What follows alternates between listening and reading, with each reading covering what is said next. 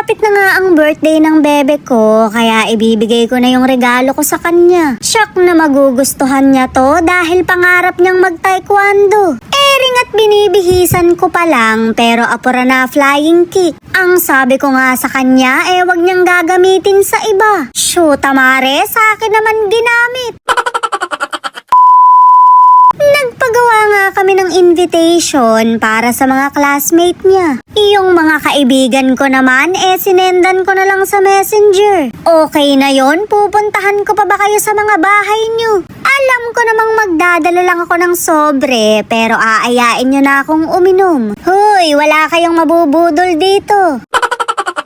Bibigay ko na nga yung regalo ko sa kanya para ako yung unang-una. Matagal niya na kasi kung kinukulit na gusto niyang sumali sa taekwondo. Pwede kasi silang sumali sa school pero medyo naawa ako sa katawan niya. Next year na lang kako kapag matitibay na yung buto niya. Marami talaga siyang trip sa buhay pero susuportahan ko pa rin. Mare, magpapractice muna kami buong taon. Mahirap na, baka kabod na lang siyang makalas.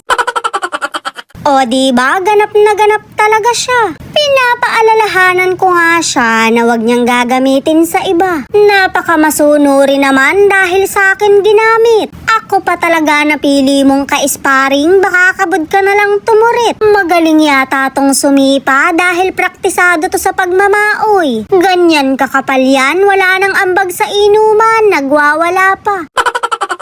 Grabe nga tong anak ko, lahat na lang gustong salihan. Samantalang nung estudyante ako, recess lang ang hinihintay ko. Hindi ko trip yung mga ganyan dahil mapapagod lang ako. Manapamare, mag-Chinese garter na lang kami. Feel na feel ko talaga yung pagiging mother kapag tinutubos ko yung mga kakampi ko. Magsitabi kayong lahat at ako na.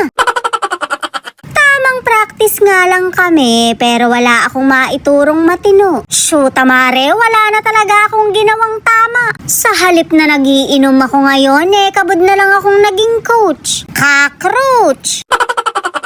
Mukhang pikon na nga sa akin yung bebe ko, kaya kabod na lang siyang nag-relapse. Mare, nagtampo siya. Nakaisip tuloy ako ng paraan kung paano siya magpa-practice. Doon ka ako siya sa mga panabong ng ama niya, matutuwa pa ako sa kanya. Kaso Mare, malakas yung pandinig nung ama. Subukan daw naming mag-ina at kami yung ilalaban niya.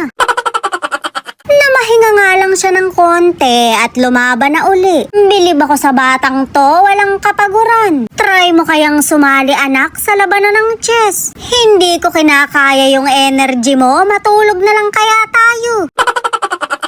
Yun lang mga mare at pare, shot puno.